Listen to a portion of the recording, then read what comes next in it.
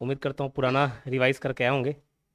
ठीक है, तो जो उम्मीद पे खरे नहीं उतरे उनके लिए एक बार फिर से स्टोरी को कनेक्ट करते हुए चल रहा हूँ। आज मेजर 4 टॉपिक देखेंगे। एक तो मुस्लिम लीग। ठीक है, मुस्लिम लीग के बारे में पढ़ेंगे।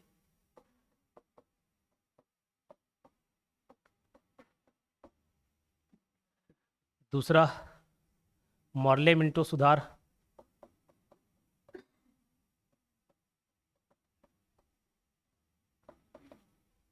ठीक, ये आपका 1906, ये 1909। फिर दिल्ली दरबार,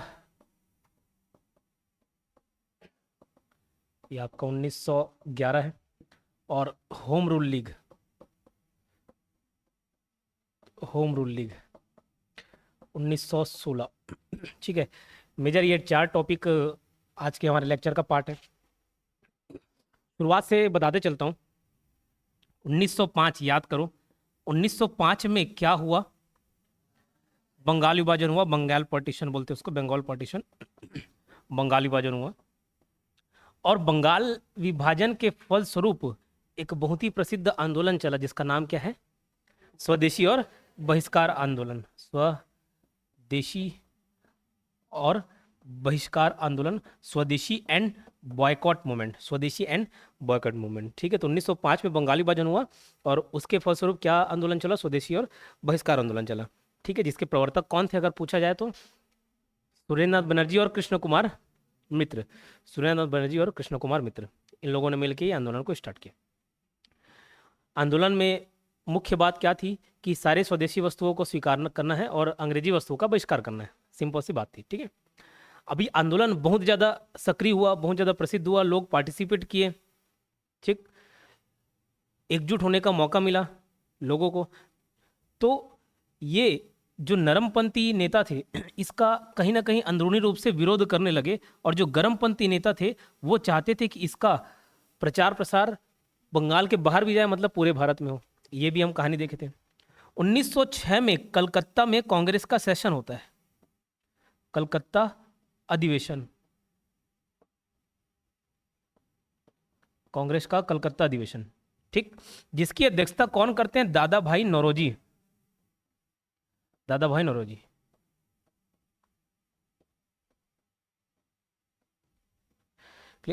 स्वदेशी एंड बहिष्कार आंदोलन चालू होता है 1906 में, कलकत्ता अधिवेशन होता है जिसकी अध्यक्षता कौन करते हैं? दादा भाई नौरोजी। ये वो टाइम था जिसमें गर्मपंथी मान कर रहे थे कि जो अध्यक्षता हो वो किसके द्वारा हो? गर्म दल के किसी नेता द्वारा हो, लेकिन नहीं हो पाया।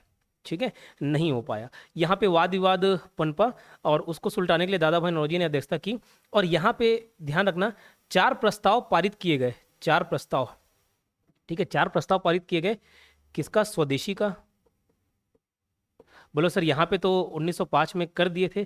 ठीक, इधर भी और पारित किए प्रस्ताव। स्वदेशी आंदोलन का प्रस्ताव पारित किए, बहिष्कार का प्रस्ताव पारित हुआ, राष्ट्रीय शिक्षा और स्वशासन, सेल्फ स्वशासन। और 1906 का ही समय था जिसमें दादा भाई नौरोजी ने एक शब्द दिया, उस शब्द का नाम था स्वराज। ठीक है, स्वराज, स्वराज शब्द का उपयोग किया, हालांकि इसका अर्थ स्पष्ट नहीं है। 1906 में, शायद नोट्स में 1905 लिखा गया हुआ, 1906 दादा भाई नौरोजी ने सबसे पहले स्वराज शब्द का उपयोग किया। ठीक है, 1906 में स्वराज शब्द का उपयोग किया। ठीक, अभी बताया देखो, ये 1905 में तो प्रस्ताव पारित हो ही गया था, 1906 में भी स्वदेशी बहिष्कार ये सब का प्रस्ताव पारित किए। ठीक है, अब बोले सर पारित कर दिए, फिर क्या है वाद विवाद? अभी तो बोल रहे थे कि नरम दल के नेता इसके खिलाफ थे, खिलाफ जरूर थे, पास कर दिए, लेकिन इसके अंदर भी मतलब राजनीति चल रही थी। लोग उतने रूप से सक्रिय नहीं थे, मतलब जितना होना चाहिए था। ठीक, बस नाम मात्र का पारित हो गया था, लेकिन इसका क्रियान्वयन नहीं हो रहा था। इसी बात से लोग चिढ़े हुए थे। और कौन से लोग? गर्म दल के नेता। 1907 में मैंने बताया कि अधिवेशन कहाँ होना था? पूना में होना था, बाल गंगाधर तिलक के गढ़ में। लेकिन पूना में ना होकर ये अधिवेशन कहाँ हो गया? सूरत अधिवेशन हो गया। और ये स्वदेशी बहिष्कार वाला तो मैटर चल ही रहा था, इसके वजह से वाद विवाद था। 1907 में अध्यक्षता कौन करेगा, इस बात को लेकर और वाद विवाद बढ़ गया। जैसे इधर फेमस नेता थे बाल गंगाधर तिलक और लाला लाजपत राय, फिर इधर नरम दल में फिरोज शाह मेहता, मदन मोहन मालवीय, रास बिहारी घोष, ऐसे नरमपंथी नेता थे, ठीक है। फिरोज शाह मेहता और बाल गंगाधर तिलक आमने सामने हो गए, इन लोग चुनाव हार गए और अध्यक्षता किसके द्वारा किया गया? रास बिहारी घोष के द्वारा किया गया, रास बिहारी घोष, ठीक। यहां से मैंने बताया सूरत अधिवेशन से कांग्रेस दो भागों में बढ़ गई, नरम दल और गरम दल। नरम दल और गरम दल, मॉडरेट और एक्सट्रीमिस्ट बोला जाता है, मॉडरेट्स और एक्सट्रीमिस्ट।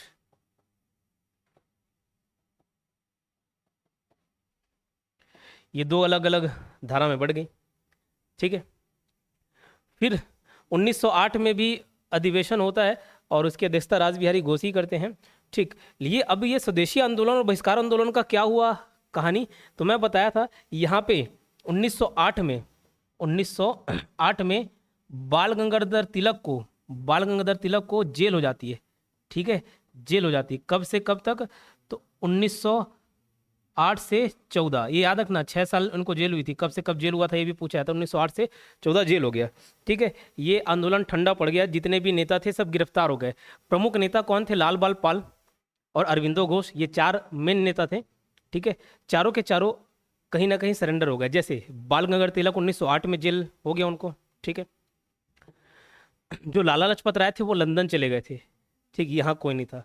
बिपिन चंद्रपाल और अरविंदो घोष, इनको जबरदस्ती एक षड्यंत्र वाले केस में फंसाया गया और इतना टॉर्चर किया जेल में कि आगे चल के इन लोगों ने क्या कर दिया? संन्यास ले लिया, ठीक है, राजनीति संन्यास ले लिया।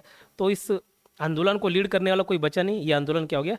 समाप्त हो गया। इतनी सी कहानी समझ आई 1908 का, ठीक है। तो ये तो कल का रिवीजन ही था, समझ लो। अब आगे चल के, अब ये बंगाली विभाजन हुआ, उसके फलस्वरूप एक और पार्टी का गठन हुआ जिसका नाम था मुस्लिम लीग। इसको हमको पढ़ना है, ठीक। कहीं ना कहीं जो अंग्रेज चाहते थे फूट डालने का कोशिश कर रहे थे वो सक्सेसफुल हो गया। तो यहाँ 1906 की घटना में लेके चलूंगा।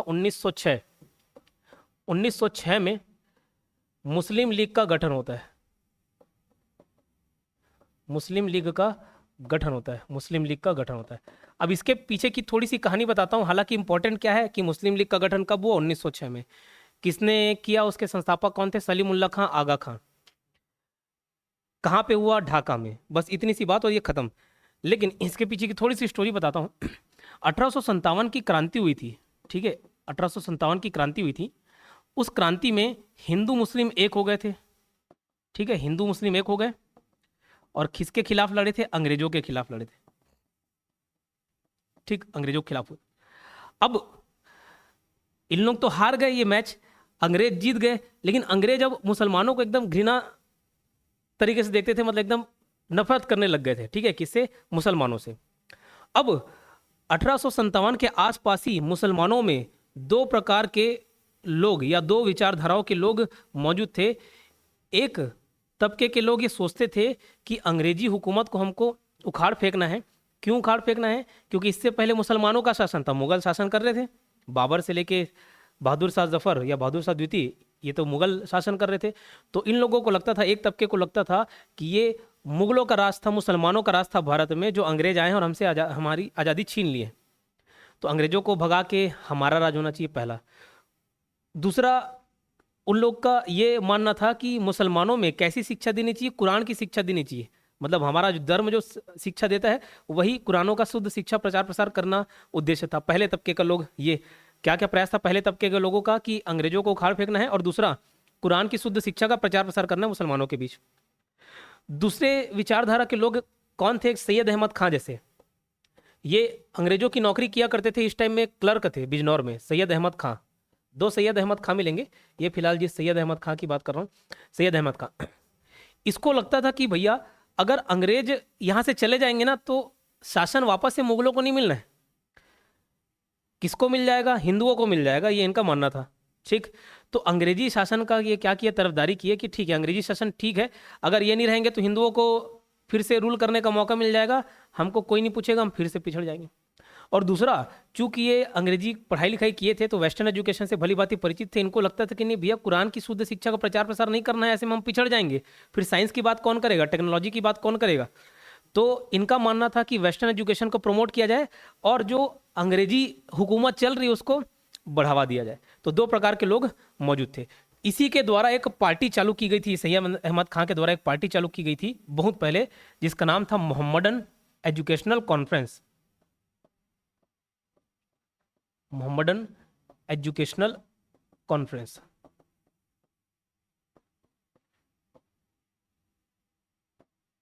और ये बोलते थे कि भैया जो कांग्रेस है वो हिंदुओं की संस्था है, मुसलमानों की संस्था नहीं, ये आरोप लगाते थे। ठीक, तो उस टाइम इसके बात पे कोई ध्यान नहीं देता था।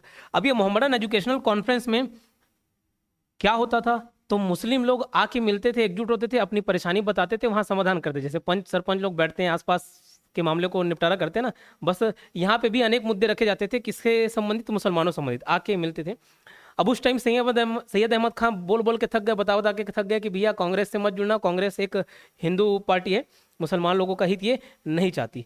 ठीक है, और ये था कि यहाँ मोहम्मडन एजुकेशन कॉन्फ्रेंस में कोई भी पॉलिटिकल मुद्दों पर बात नहीं होगा, पॉलिटिकल इश्यूज पर बात नहीं होगा। लेकिन आगे चल के ये हुआ 1906 में इसका अधिवेशन चल रहा था, कहाँ पे, ढाका में। जैसे कांग्रेस का सेशन चलता है, कांग्रेस का अधिवेशन चलता है, वैसे इसका भी ढाका में अधिवेशन चल रहा था। 1905 में हाल फिलहाल में बंगाल विभाजन हुआ था और मुस्लिम बहुल एक क्षेत्र को ईस्ट बंगाल में कर दिया गया। तो यहाँ पे मुसलमानों को लगा कि यार देखो, इतने सारे राज्य बने, एक और राज्य बन जाएगा तो क्या दिक्कत है, हिंदुओं को एक और राज्य बन जाने से क्या दिक्कत है। तो सैयद अहमद खां जैसे विचारक सही कहते थे कि ये कांग्रेस जो है वो हिंदुओं की संस्था हमारे हित के बारे में नहीं सोचती थी, ज़्यादातर मुसलमानों को उसमें लाभ दिखा 1905 के बंगाल विभाजन में, क्योंकि उनके लिए एक अलग सा राज्य बन रहा था। तो इन लोगों के समझ आया, अब जाके इन लोग सैयद अहमद खां के विचार को समर्थन दिए, और 1906 में ढाका में ही कौन सी पार्टी बन गई, all India Muslim league, AIML, all India Muslim league. ठीक, इसी के प्रमुख नेता थे मोहम्मद अली जिन्ना। ठीक है, मोहम्मद अली जिन्ना। तो ये जिन्ना जो है वो शुरुआत में नहीं थे, ये 1913 में जुड़े, 1913 में ये पार्टी ज्वाइन किए थे मुस्लिम लीग को। जिन्ना कब ज्वाइन किए, 1913 में। शुरुआत में ये इसको हिंदू मुस्लिम एकता का दूध बोला जाता था, सरोजिनी नायडू एक महिला जानते होंगे, इसको हिंदू मुस्लिम एकता का दूध बोला जाता था। लेकिन आगे चल के जिन्ना को लगा कि नहीं भैया, हिंदू मुस्लिम एकता की राजनीति करने से मेरा पक्ष उतना मजबूत नहीं होगा जितना केवल और केवल मुसलमानों की राजनीति करो तुम्हें। ठीक, तो ये सिर्फ मुस्लिम मुस्लिम करने लग गए। तो एक टाइम में जिनको हिंदू मुस्लिम एकता का दूध बोला गया, वही आगे चल के पाकिस्तान के निर्माण का कारण बने। ठीक है, तो जिन्ना 1913 में जुड़े। तो ये ऑल इंडिया मुस्लिम लीग के गठन समझ आए। तो ये गठन संबंधी दो नाम कौन कौन से मिलते हैं अगर पूछा जाए, तो दो नाम मिलेंगे आपको, सलीमुल्लाह खां और आगा खां, संस्थापक के रूप में। संस्थापक, फाउंडर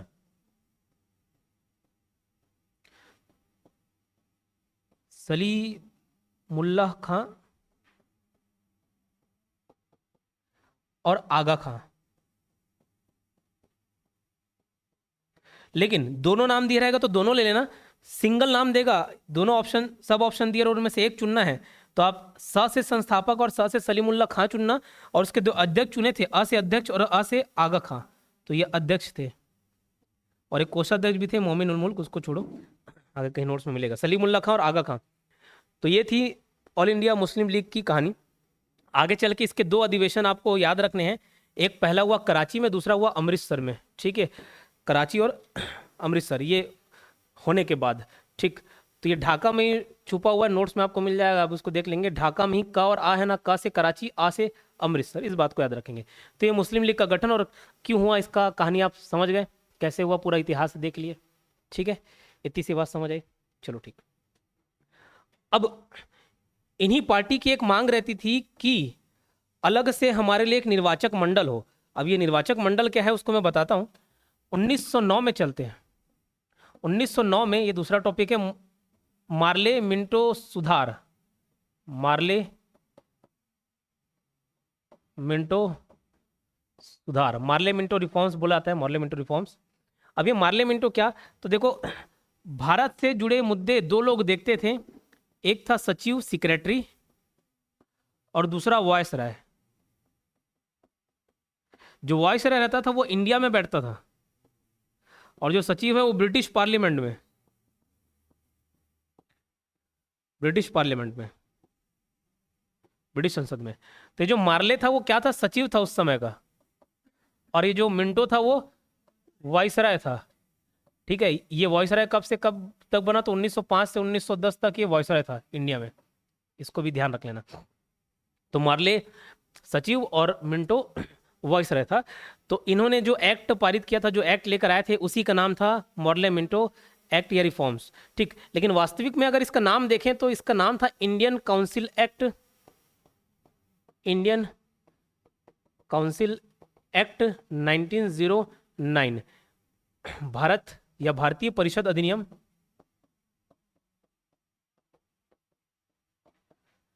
अधिनियम 1900। इसमें बहुत सारी बातें थी, लेकिन एक जो मुख्य बात हमको देखनी है वो ये कि मुसलमानों के लिए इन्होंने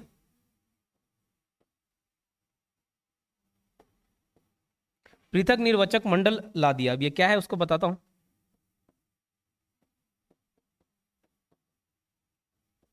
मुसलमानों के लिए क्या ला दिया? पृथक निर्वाचन मंडल, सेपरेट इलेक्टेड।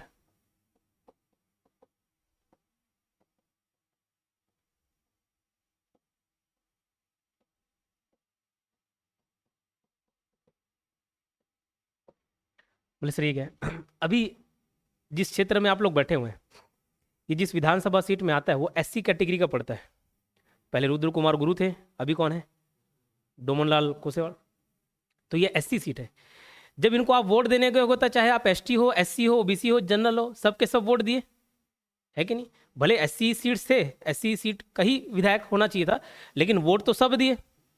वैसे उस टाइम में भी यहाँ पे लेजिस्लेटिव काउंसिल्स थे, उसमें मुसलमानों के लिए सीट्स आरक्षित रखे गए थे। जैसे यहाँ विधायक है तो अभी आरक्षण मिलता है कि नहीं मिलता है, बस वैसे एसटी एससी को आरक्षण मिलता है, बस वैसे मुसलमानों को आरक्षण मिला था। लेकिन इससे पहले ऐसा कोई सिस्टम नहीं था कि सिर्फ मुसलमानों को मुसलमान ही वोट देंगे, सब वोट दे सकते थे। लेकिन 1909 में क्या किया गया, इन लोग के लिए एक अलग से निर्वाचक मंडल बना दिया। निर्वाचक मंडल मतलब जो उसका निर्वाचन में भाग लेंगे, तो उसमें ये बोल दिया गया कि जो मुसलमान अध्यक्ष जिसका चुनाव होना है उसका निर्वाचन कौन करेगा, उनमें पार्टिसिपेट कौन करेगा? केवल और केवल मुस्लिम्स करेंगे, ठीक। तो अभी हम लोग तो ऐसे देखते नहीं, एसटी एससी ओबीसी जनरल ध्यान ही नहीं आता, हम तो विधायक मतलब विधायक देखते हैं।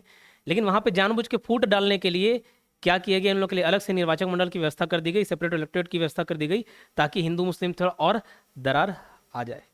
क्लियर, समझ आई बात? ठीक है।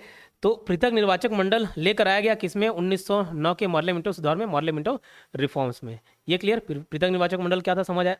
चलो ठीक। जिसमें मुसलमान को कौन वोट देगा? केवल और केवल मुसलमान, ठीक। तो ये थी 1909 की घटना। अब 1910 में उस समय के ब्रिटेन के तत्कालिक राजा की मृत्यु होती है और नए राजा कौन बनते हैं? जॉर्ज पंचम, जॉर्ज पंचम, ठीक है। जॉर्ज पंचम 1910 में राजा बनते हैं और ये 1911 में कहाँ आते हैं? भारत आते हैं। और 1911 में इनके लिए एक दरबार का आयोजन किया जाता है जिसका नाम रहता है दिल्ली दरबार, मतलब स्वागत के लिए दिल्ली दरबार का आयोजन किया जाता है। कब? 1911 में। अब इसकी शादी हुई थी नई नई वाली, तो अपनी वाइफ के सामने हीरो बनने के लिए कि चलो तुमको इंडिया घुमा के लेके आता हूँ और वहाँ देखना कितना मान सम्मान है मेरा, बोले देखना कैसा दबदबा है, लोग कांपते थर थर, ऐसा करके डायलॉग मार मार के उसको अपनी बीवी को कहाँ लेके आ गया? इंडिया लेके आ गया। 1911 में पहुंचा दिल्ली दरबार में, और था भी दबदबा, लेकिन लोग नाराज चल रहे थे। अब भीड़ में लोगों को मस्ती सूझता है, किसी चेहरा तो सामने आना नहीं है। अब उस टाइम कोई सीसीटीवी या वीडियो रिकॉर्डिंग वाला चलता नहीं था कि पकड़ा गया बाद में सोटे। तो सभी देसी रियासत के राजा को ये अल्टीमेटम मिला था कि इस दिल्ली दरबार में पहुंच जाना, ठीक है, नहीं तो फिर देख लेना। तो सब के सब लोग उपस्थित थे, पूरा देसी रियासत के हर एक राजा लोग उपस्थित थे, बड़े बड़े अधिकारी कर्मचारी सब के सब मौजूद थे। और वहाँ जब ये रैली में निकल रहे थे तब कोई जूता फेंक के मार दिया, तो इसका मूड खराब हुआ, ठीक है। तो इसने क्लास लगाया किसका उस समय यहाँ पे वॉइस रॉय कौन था? हार्डिंग। मॉर्ले मिंटो 1910 तक था, ये 10 तक की कहानी खत्म हो गई। 1911 में इस टाइम वॉइस रॉय कौन था? हार्डिंग था, हार्डिंग, ठीक है। वॉइस रॉय कौन था? हार्डिंग। तो ये हार्डिंग को बुलाया, अब पूछा कि ये सब क्या व्यवस्था है, बोले तो बताया कि लोग नाराज चल रहे हैं, किस वजह से? बंगाल विभाजन की वजह से नाराज चल रहे हैं। बोले ठीक है, जिस वजह से बंगाल विभाजन किया गया था वो वजह पूरा हो गया, जिस उद्देश्य से बंगाली विभाजन लाया गया था, लागू किया गया था, वो उद्देश्य पूरा हो गया। क्या उद्देश्य था? कि हिंदू और मुस्लिम को बांटा जाए, बढ़ गया था, मुस्लिम लीग बढ़ गया, कांग्रेस और मुस्लिम लीग अलग अलग हो गए, ठीक। तो दिल्ली दरबार में क्या क्या घोषणा किया गया इस जॉर्ज पंचम के द्वारा? पहला प्रमुख घोषणा ये था कि बंगाल विभाजन को क्या करना है? रद्द करना है। बंगाल विभाजन रद्द, बंगाल विभाजन क्या हो गया? रद्द। और दूसरा बोले कि अब जो कैपिटल है, अभी आप जो दिल्ली कैपिटल देख रहे हो ना, पहले दिल्ली नहीं था, क्या था, कलकत्ता। तो कलकत्ता से दिल्ली राजधानी ट्रांसफर कर दिए, कैपिटल ट्रांसफर कर दिए, राजधानी परिवर्तन। ठीक है, उसके कुछ अपने राजनीतिक प्रशासनिक कारण थे, तो कलकत्ता से दिल्ली ट्रांसफर कर दिया गया। तो अगर सवाल पूछे कि कलकत्ता से दिल्ली राजधानी का ट्रांसफर कब किया गया, क्या बताओगे? गलत, 1912। मैंने बोला ये घोषणा हुआ है, ये सवाल पूछा गया है। घोषणा कब हुआ? 1911 में। हुआ कब? 1912। ठीक है, घोषणा 1911 में हुआ, लेकिन राजधानी ट्रांसफर 1912 में। इस बात को आप ध्यान रखेंगे। क्लियर यहां तक? चलो ठीक। अब 1914 से 18 वर्ल्ड वॉर वन स्टार्ट हो जाता है। वर्ल्ड वॉर वन, ठीक, दो अलग अलग पार्टी रहते थे। ये हमारा ये वर्ल्ड हिस्ट्री का पार्ट है, तो उतना डिटेल में अपन नहीं देखेंगे। वर्ल्ड वॉर वन स्टार्ट हो गया, जिसमें एक तरफ इंग्लैंड था, उधर जर्मनी था। बस इतना याद रखना, इंग्लैंड जर्मनी का स्टोरी सब जानते हैं। दो अलग अलग पार्टी थे। अब लड़ाई किसका था? इंग्लैंड का था, अंग्रेजों का था। लेकिन उसमें शामिल कौन हो जाते थे? भारतीय। पैसा खर्च होता था भारत का, रिसोर्स लगते थे भारत के, मरते थे लोग कहाँ के? भारतीय के। तो इससे वैसे भी कांग्रेस नाराज थी कि काहे भैया तुम लोग ये वर्ल्ड वॉर में हम लोगों को घुसा रहे हो। तो कांग्रेस भी नाराज थी, भारतीय भी नाराज थे, सबके सब नाराज थे। आगे चल के होम रूल लीग आंदोलन चालू होने का एक कारण ये भी बनता है 1914 से 18 का। तो बस याद रखना, वर्ल्ड वॉर वन स्टार्ट हो गया था 1914 से 1918। ठीक है, इतनी सी बात समझ आई। अभी तक हमने क्या देखा? चार टॉपिक हमको देखने थे। मुस्लिम लीग 1906 में, पार्लियामेंट्री सुधार 1909, दिल्ली दरबार 1911 और होम रूल लीग 1916। ये पुराना रिवाइज कराया 1905 में, बंगाली विभाजन। अच्छा, यहाँ पे कांग्रेस सेशन जो हुआ था वो कहाँ पे हुआ था, याद है क्या? बनारस में, जिसके अध्यक्ष कौन थे? गोपाल कृष्ण गोखले। ठीक, फिर ये पूरी कहानी मैंने बताया। ओके, 1908 में बाल गंगाधर तिलक को जेल हो जाता है, 1908 से 14 के लिए, 6 साल के लिए टोटल जेल हो जाता है। इस बात को आप ध्यान रखेंगे। फिर 1906 में मुस्लिम लीग का गठन हुआ। कहानी इसके पीछे क्या बताया था? 1857 से स्टार्ट किया था। इस समय दो विचारधारा के लोग मौजूद थे मुसलमानों में। एक जो चाहते थे कि कुरान की शुद्ध शिक्षा का प्रचार प्रसार हो, एक चाहते थे कि वेस्टर्न एजुकेशन आए, वेस्टर्न कल्चर आए, ताकि हमारे लोग पिछड़े ना रहे। ठीक, तो उसी के चलते सैयद अहमद खान ने एक कॉन्फ्रेंस, एक पार्टी बनाया था, समझ लो, मोहम्मदन एजुकेशनल कॉन्फ्रेंस। ये एक संस्था जैसे होती थी, लोग आपस में मिलते जुलते थे और अपने मुद्दे सुलझाते थे। ठीक, 1906 में इसका अधिवेशन कहाँ पे हुआ? ढाका में। और वहीं से एक पार्टी बन गया जिसका नाम था all India Muslim league, AIML, all India Muslim league. और जिन्ना उसमें जुड़े कब? 1913 में। संस्थापक इसके कौन माने थे? सलीमुल्लाह खां और आगा खां। लेकिन अगर एक एक नाम चुनना हो तो स से सलीमुल्लाह खां, स से संस्थापक, आ से आगा खां, आ से अध्यक्ष। ये बात याद रहेगा। उसके बाद 1909 में मार्ले मिंटो सुधार। मार्ले मिंटो सुधार, मार्ले सचिव थे और मिंटो वाइसरॉय थे। इसी के नाम पे शॉर्ट फॉर्म में इसको मार्ले मिंटो सुधार बोला जाता है। ठीक, लेकिन पूरा नाम क्या था? इंडियन काउंसिल एक्ट 1909, भारतीय परिषद अधिनियम 1909। मुसलमानों के लिए पृथक निर्वाचक मंडल लेकर आ गए। उनके लिए सुधार था, हमारे लिए तो और बिगाड़ के चल दिए। ठीक है, फिर 1910 में राजा बनते जॉर्ज पंचम, और वहीं से घटना जुड़ी 1911 के दिल्ली दरबार। तो ये दिल्ली दरबार में शामिल होने आते हैं। उस समय दो घोषणाएं करते हैं। पहला, बंगाली विभाजन रद्द किया जाना चाहिए, और कलकत्ता से जो राजधानी है वो कहाँ ट्रांसफर कर दो? दिल्ली ट्रांसफर कर दो। घोषणा 1911 में, ट्रांसफर कब हुआ? 1912 में। ठीक, इस समय वायसराय कौन थे दिल्ली दरबार के समय में? तो हार्डिंग थे, याद रखना। 1914 से 18 वर्ल्ड वॉर वन छिड़ गया, इस बात को भी आप ध्यान रखेंगे। ठीक, अब इस बीच 1916 की मैं बात बताता हूँ। 1916 में होम रूल लीग आंदोलन चालू होता है। 1916 में होम रूल लीग, हिंदी में भी होम रूल लीग है और अंग्रेजी में भी होम रूल लीग है। होम रूल लीग आंदोलन, होम रूल लीग मूवमेंट। ठीक है, होम रूल लीग में दो प्रमुख नेता जो शामिल हैं, उनका नाम है, एक बाल गंगाधर तिलक और एक है एनी बेसेंट। लेकिन एनी बेसेंट नाम सुन के आपको लग रहा है क्या कि ये भारतीय महिला होगी? ये बाहर की थी, ठीक है, विदेशी थी, फॉरनर थी। कौन थी मालूम? आयरलैंड की थी। ठीक है, एनी बेसेंट कहाँ की थी? आयरलैंड की थी। थोड़ा सा इतिहास बनाता हूँ कि भैया इसको भारतीय लोगों के लिए काहे इतना रुझान, भारतीय लोगों के लिए काहे इतना सोचे। तो एनी बेसेंट की थोड़ी सी कहानी देखते हैं। ये जो एनी बेसेंट थी वो कहाँ से थी? आयरलैंड से। ठीक है, कहाँ की थी? आयरलैंड की थी। आयरलैंड भी अंग्रेजों का गुलाम अंग्रेजों का गुलाम था। लेकिन वहां पे एक ऐसा कंसेप्ट आ गया था डोमिनियन स्टेटस नाम का। Dominion status. डोमिनियन स्टेटस क्या था? डोमिनियन मतलब किसी के अंदर रहना। ठीक, तो डोमिनियन स्टेटस का कंसेप्ट कुछ इस प्रकार था कि हुकूमत अंग्रेजों की चलेगी, मतलब ऊपर सर्वे सर्वा कौन होगा? अंग्रेजी होगा, लेकिन शासन स्थानीय लोगों का होगा। मतलब वहाँ के आयरलैंड के निवासियों का होगा। समझ आ रही बात? मतलब यहाँ पे भी भारत में भी होम रूल जैसा कंसेप्ट लाने का विचार रखा गया, किसके द्वारा? एनी बेसेंट के द्वारा। ठीक है, आगे चल के तो आयरलैंड में भी अंग्रेजों का हुकूमत चल रहा था, बताएं, ठीक। लेकिन वहाँ पे कैसा होम रूल टाइप का कंसेप्ट चल रहा था, मतलब ऊपर सर्विस कौन रहेगा? अंग्रेज रहेंगे, और अंदर शासन कौन करेगा? स्थानीय लोग। ठीक, चलो। तो एनी बेसेंट थी, वो एक पार्टी से जुड़ी थी, एक संस्था, एक सोसाइटी से जुड़ी थी, जिस सोसाइटी का नाम था थियोसॉफिकल सोसाइटी। हिंदी में भी यही नाम है, थियोसॉफिकल सोसाइटी। अब जैसे ब्रह्म कुमारी है ना, वैसे ये भी थियोसॉफिकल सोसाइटी वैसे ही था। ठीक, जैसे ब्रह्म कुमारी एक संस्था है, वैसे थियोसॉफिकल सोसाइटी, ये दो वर्ड इससे मिलकर बना हुआ, थियो और सोफिया। ठीक है, थियो का मतलब होता है गॉड, भगवान, और सोफिया का मतलब होता है विजडम, नॉलेज, ज्ञान। ठीक है, तो ये थियोसॉफिकल सोसाइटी का उद्देश्य क्या था, इसकी मंशा क्या थी? इसमें यह रहता था कि आप दुनिया भर के धर्म ग्रंथ पढ़ो, चाहे गीता पढ़ो, कुरान पढ़ो, बाइबल पढ़ो, कुछ भी पढ़ो, सब धर्म ग्रंथ पढ़ो और उससे ज्ञान हासिल करो, और जब तुम ज्ञान हासिल कर लोगे तब तुम भगवान को प्राप्त कर लोगे। ऐसा इसका कंसेप्ट था मोटा मोटा। ठीक है, तो एनी बेसेंट भी इस सोसाइटी से जुड़ी हुई थी, थियोसॉफिकल सोसाइटी, और शुरुआत में ये अमेरिका में था, पहले अमेरिका में था, लेकिन आगे चल के इसका एक शाखा इंडिया में भी खुलता है। इंडिया में कैसे आता है? कोई इस सोसाइटी में जाके वेद पुराण की शिक्षा दे के आता है, तो बोले हम इतने दिन से इधर उधर धर्म ग्रंथों में ये जानकारी इकट्ठा कर रहे हैं, तो वेद पुराण में पहले से सारी चीज़ें दी हुई। तो एनी बेसेंट का झुकाव इस वेद पुराण तरफ आता है, और इसी चलते ये कहाँ आती है? इंडिया आती है। और इंडिया आकर अपने विचार का प्रचार प्रसार करने के लिए ये दो पत्रिकाएं निकालती हैं। एक का नाम रहता है कॉमनवेल्थ, और दूसरा है न्यू इंडिया, यंग इंडिया वो वाला है, महात्मा गांधी वाले, न्यू इंडिया। ठीक, कॉमनवेल्थ और न्यू इंडिया। तो इसमें शुरुआत में ये क्या करती थी? सिर्फ दर्शन की बातें करती थी, ठीक है, अध्यात्म की बातें करती थी। कुल मिला के कहूँ तो ये एक बाबा थी, ठीक है, लेडी बाबा थी। कौन?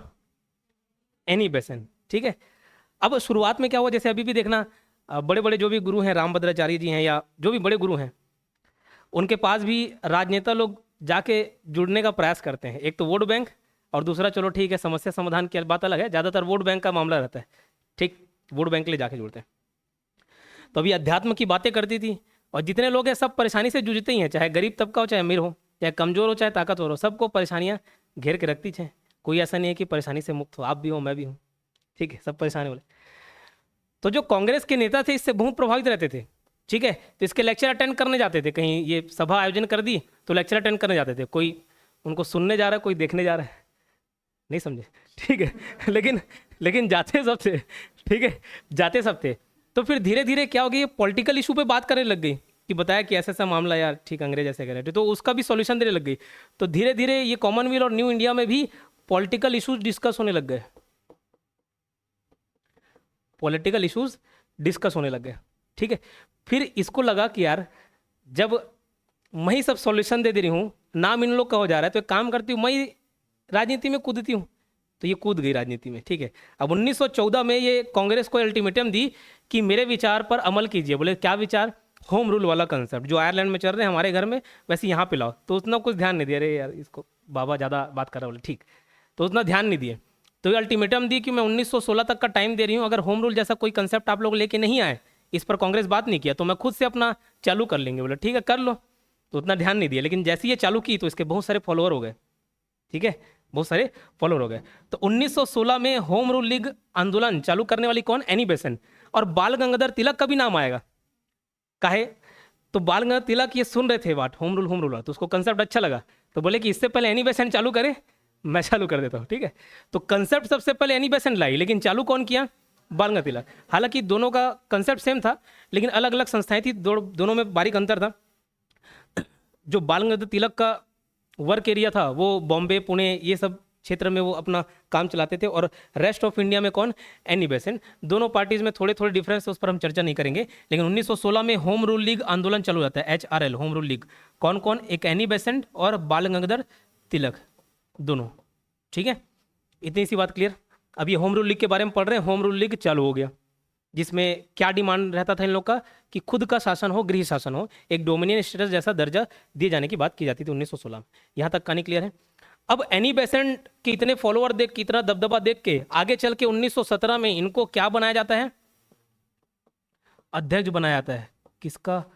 कांग्रेस सेशन का, कांग्रेस का अध्यक्ष बना देते हैं। अध्यक्षता करती है 1917 में। कहाँ पे? कलकत्ता में। एनी बेसेंट आगे चल के बन गई। ठीक है। अब जब ये होम रूल लीग आंदोलन चालू हुआ, इसका प्रचार प्रसार बहुत हुआ। अंग्रेजों को ये बात खटक गई क्योंकि अचानक से ये आंदोलन उभर गया। तो अंग्रेज लोग क्या किए? एनी बेसेंट को पकड़ के जेल में डाल दिए। क्या कर दिए? जेल में डाल दिए। ठीक है। लेकिन जैसी जेल में डाले, अगले दिन आंदोलन छिड़ गया। बोले नहीं, एनी बेसेंट को छोड़ो, नहीं तो फिर देख लेना क्या होगा। तो एकदम आंदोलन उग्र होने लग गया। इधर बाल गंगाधर तिलक बोल रहे हैं, साले मैं 1908 से 14 6 साल जेल में था, मेरे लिए कोई नहीं आया। बोले इधर एक दिन में इतना बड़ा आंदोलन, एनीथिंग फॉर एनी बेसेंट। ठीक है।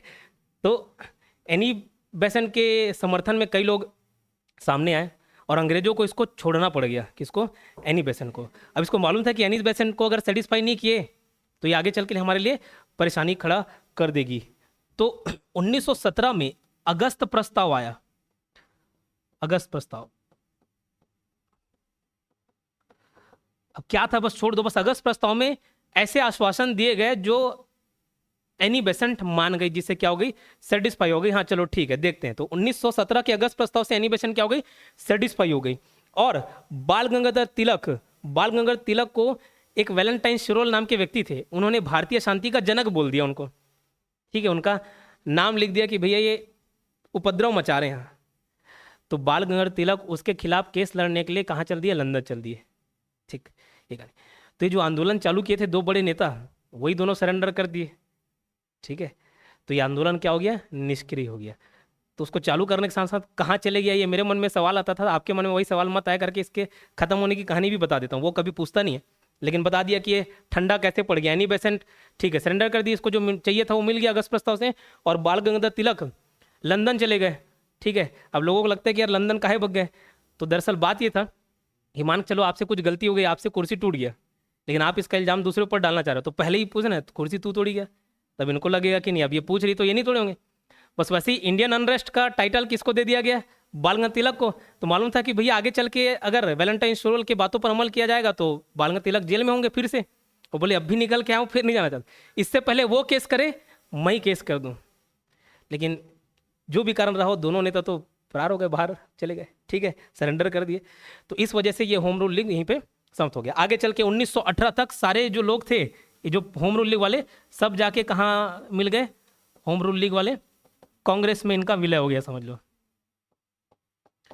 ठीक है। कांग्रेस में इनका विलय हो गया। क्लियर। और अच्छे अच्छे नेता जुड़े थे उसमें। ठीक। तो ये थी किसकी कहानी? होम रूल लीग की कहानी।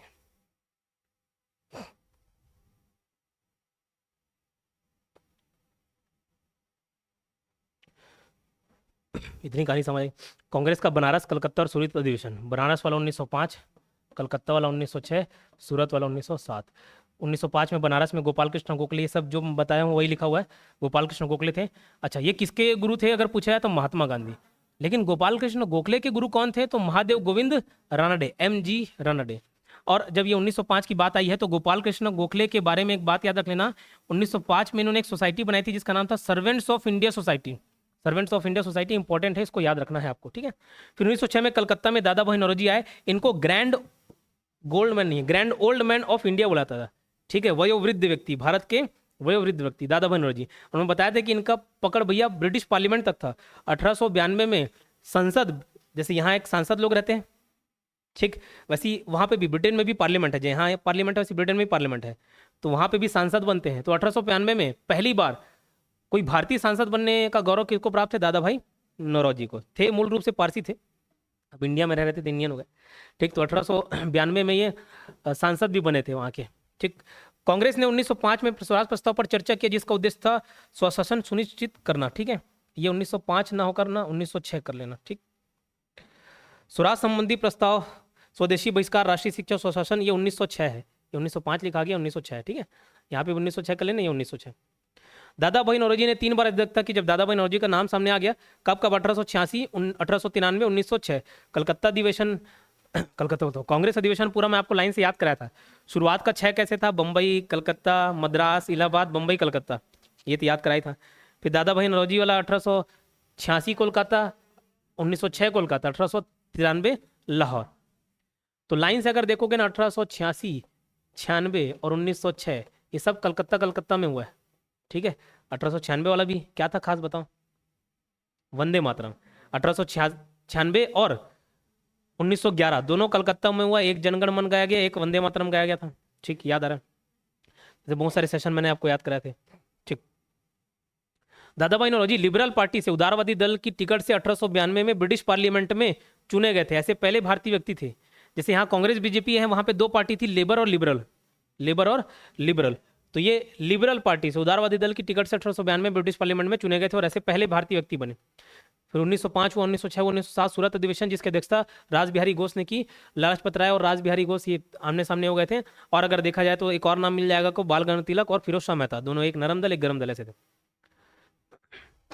1906 में पास कराया गया प्रस्ताव, ऊपर जो 1905 को सुधरवाया ना 1906, वही 1906 में पास कराया गया प्रस्ताव स्वदेशी बहिष्कार स्वशासन राष्ट्रीय शिक्षा के प्रयोगों को लेकर वाद विवाद हो गया। क्योंकि मैंने बोला था कि ये स्वदेशी आंदोलन ये सब जो मुद्दे थे कांग्रेस पास भरूर कर दी रही थी, लेकिन उसका क्रियान्वयन नहीं हो रहा था, एग्जीक्यूशन नहीं हो रहा था। ठीक, उसी को लेकर वाद विवाद बढ़ गया। ठीक, और ये सब कारण थे विभाजन की प्रक्रिया। ये विभाजन के कारण क्या थे, कांग्रेस आंदोलन की रणनीतियों पर, उद्देश्यों पर, कांग्रेस आंदोलन, ये सब कारण थे। मेन कारण पर मैं चर्चा कर चुका हूँ। ठीक, ये क्वेश्चन पूछा था, उसका आंसर है, एक बार रिलेट कर लेना। फिर मुस्लिम लीग का गठन 1906 में हुआ। 1906 में आगा खां के नेतृत्व में मुसलमानों के शिमला प्रतिनिधि मंडल ने एक ऐसे केंद्रीय मुस्लिम सभा बनाने का विचार किया जिसका उद्देश्य मुसलमानों के हितों का संरक्षण था। हालांकि इसका और जो डिटेल में बताया था उसको भी आप ध्यान रखेंगे। ठीक, और इसकी स्थापना हुई 1906 में ढाका में। तो जो मोहम्मदन एजुकेशनल कॉन्फ्रेंस था वही क्या बन गया, ऑल इंडिया मुस्लिम लीग बन गया, जिसकी स्थापना 1906 में ढाका में। ठीक है, और ढाका से का और आ करके याद कराया था। पहला अधिवेशन दूसरा अधिवेशन याद रखना 1907 1908 में, 1906 में बना, 1907 और 8 में अधिवेशन हुआ कराची और अमृतसर। ढाका का और आ, कराची और अमृतसर, याद रखना। बोले सर और भी अधिवेशन हुए, हाँ, जैसे कांग्रेस का अधिवेशन होता था वैसे इसका भी होता था, लेकिन इसको हमको याद नहीं रखना। पृथक निर्वाचक की मांग इन लोग कर रहे थे। ठीक है, पृथक निर्वाचक मंडल की मांग इन लोग कर रहे थे और आगे चल के 1909 में ये स्वीकार भी कर लिया गया। ठीक है, मांग कौन की है, मुस्लिम लीग ही तो कर रही थी, और अंग्रेजी वाले ने बोले कि नेकी और पूछ पूछ, तो ठीक है लागू करते हैं, इनकी मांग थी और उसको 1909 में पार्लियामेंट सुधार में एक्सेप्ट कर लिया गया। 1908 में याद रखना अखिल भारतीय मुस्लिम लीग की एक शाखा लंदन में भी बनी। ये तो भारतीय वाला है, ढाका में हुआ मतलब भारत में ही, वो तो भारत का हिस्सा था, ये भारत का है। इसी का एक ब्रांच कहाँ खुला, लंदन में खुला। किसने खोला, अमीर अली ने खोला। किसके अध्यक्षता में, अमीर अली। कब, 1908 में। 1906 में ऑल इंडिया मुस्लिम लीग बनी, 1908 में इसकी एक शाखा लंदन में खुली जिसकी अध्यक्षता किसने की, अमीर अली। अमीर अली उसके संस्थापक है, समझ लो। कैसे याद करोगे भैया, देखो आप कोई अपना बिजनेस व्यापार चालू कर रहे हो लंदन में बाहर, तो ये माना जाएगा ना कि आप अमीर हो, तो बस वैसे याद रखना लंदन में एक शाखा खुली जिसकी अध्यक्षता कौन ने की, अमीर अली। ठीक, वैसे अगर देखा जाए मुस्लिम लीग की बात करें तो संस्थापक कौन, सलीम उल्लाह खां, अध्यक्ष कौन, आगा खां, इसको छोड़ देना। इसी का नाम था सुल्तान मोहम्मद शाह। सुल्तान मोहम्मद शाह को आगा खां बोला जाता है, लेकिन यही नाम से प्रचलित है, उसी नाम को प्यार रखना। कोषाध्यक्ष कौन थे, मोसिम उल मुल्क, उल है मोसिम उल मुल्क। तो संस्थापक सलीम उल्लाह खां, अध्यक्ष आगा खां, कोषाध्यक्ष मोसिम। 1913 में जिन्ना ने मुस्लिम लीग ज्वाइन किया था, ये पूरी बात मैंने आपको बताया। 1909 देखो, 1909 में मार्लियामेंटो सुधार, मार्लियामेंटो रिफॉर्म्स। 1905 में कर्जन के स्थान पर लॉर्ड मिंटो को भारत का वायसराय नियुक्त किया गया तथा जॉन मार्ले को भारत का सचिव बनाया गया। तो मिंटो का कार्यकाल क्या था, 1905 से 1910। इसके बाद किए गए सुधारों को मार्लियामेंटो सुधार के नाम से जाना जाता है। और अगर पूरा नाम बताएं तो Indian council act, Indian council act 1909, जिसको हिंदी में भारतीय परिषद अधिनियम 1909, और एक और नाम है मार्लियामेंटो सुधार के नाम से आता है। इसका सबसे बड़ा दोष, उनके लिए सुधार था, हमारे लिए दोष, मुसलमानों के लिए पृथक निर्वाचक मंडल की स्थापना करना, जिसकी मांग ऑल इंडिया मुस्लिम लीग कर रही थी। फिर दिल्ली दरबार और राजधानी परिवर्तन। दिल्ली दरबार, ब्रिटिश काल में दिल्ली से पहले भारत की राजधानी कलकत्ता थी। ब्रिटिश के राजा जॉर्ज पंचम के भारत आगमन 1911, 1910 में राजा बन गया था, 1911 में भारत आया के समय बंगाल विभाजन रद्द किया गया था, तब भारत की राजधानी कलकत्ता से दिल्ली स्थानांतरण करने की घोषणा की गई। लेकिन हुआ कब, 1912 में। देखो लॉर्ड हार्डिंग द्वितीय के कार्यकाल में घोषणा 1911, राजधानी परिवर्तन हुआ 1912 में। ठीक, और 1912 में बिहार को एक अलग प्रांत का दर्जा प्राप्त हुआ और बिहार और उड़ीसा अलग अलग कर दिया गया। कांग्रेस का लखनऊ अधिवेशन पढ़ना इसको भी। चलो ठीक।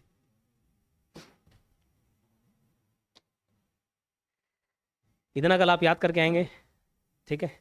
पुरानी स्टोरी पढ़ते जाना, जब चीज़ें याद होती है तब मज़ा आता है कि हाँ ठीक लगेगा कि आपको पूरा मॉडर्न हिस्ट्री आता है, पूरा स्टोरी कनेक्ट किए रहोगे तो ठीक। जो कहानी बता रहा हूँ लूसेंट में देखने को नहीं मिलेगा, तो कम से कम फैक्ट्स भी याद करो और कहानी भी सुनते चलो। कल पूरा पुराना रिवाइज करके आना, ठीक है। चलो।